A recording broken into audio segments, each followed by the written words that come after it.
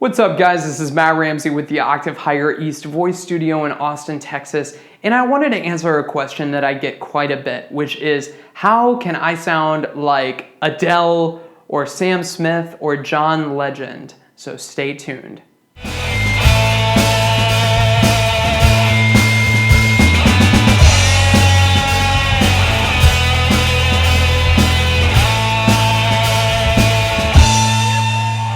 Guys, when students ask me, how can I sound like Adele or Sam Smith or John Legend?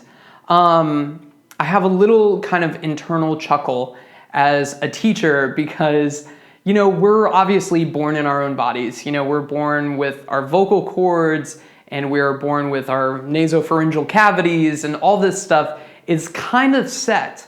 Now, for whatever reason, there are some singers out there that just have a really special set of, these things that everybody just says, oh my gosh, I absolutely, love that. And that combined with, singing technique and stuff like that they just really, really belt it, or they just really, really, disconnect to that falsetto at the top really in a beautiful way that everybody just goes crazy about. The thing is, you are in your own body. You have your own voice. And I want you to think about giving yourself over to the gladness that you are who you are. Because all three of those singers that I mentioned have had vocal trauma.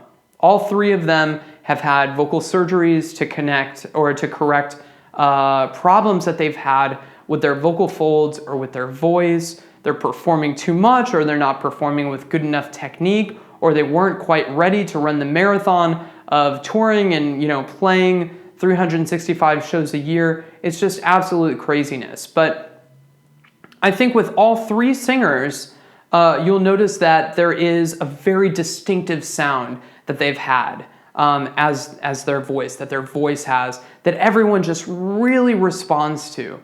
Now, the thing about that, and the thing about trying to create that or recreate that in your own voice, is you're probably going to try to manipulate some things.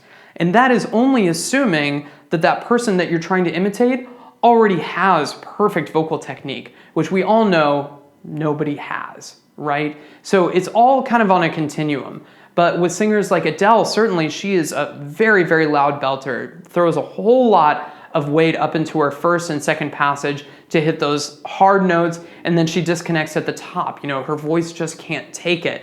Now, she's learned to do that in such an artful way that everybody responds to it and says, yeah, we really like that. But is it 100% healthy? No, it's not.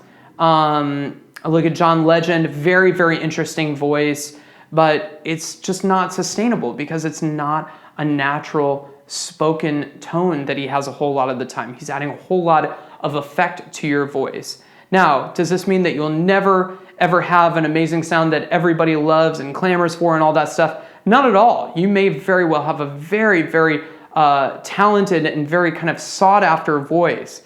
But the first thing to keep in mind is you have to get your technique first. The stylization comes later. Once you have that solid technique first, then you can make those artful choices in a healthy manner.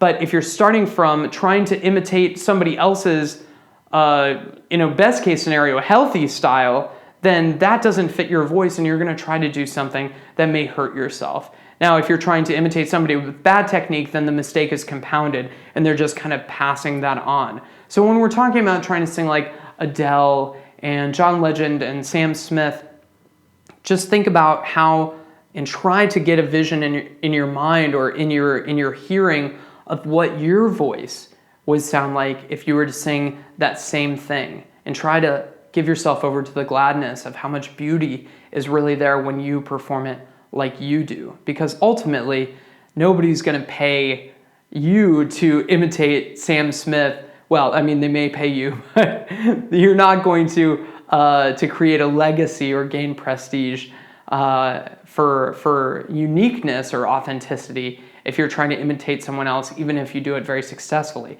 So why even try? You want to make sure that you've got your vocal technique down first. That way you are able to understand what your voice is capable of in all of the circumstances, and then you can make artful choices and stylistic choices from there. So play around with it, have a great time, and have a great week. Bye.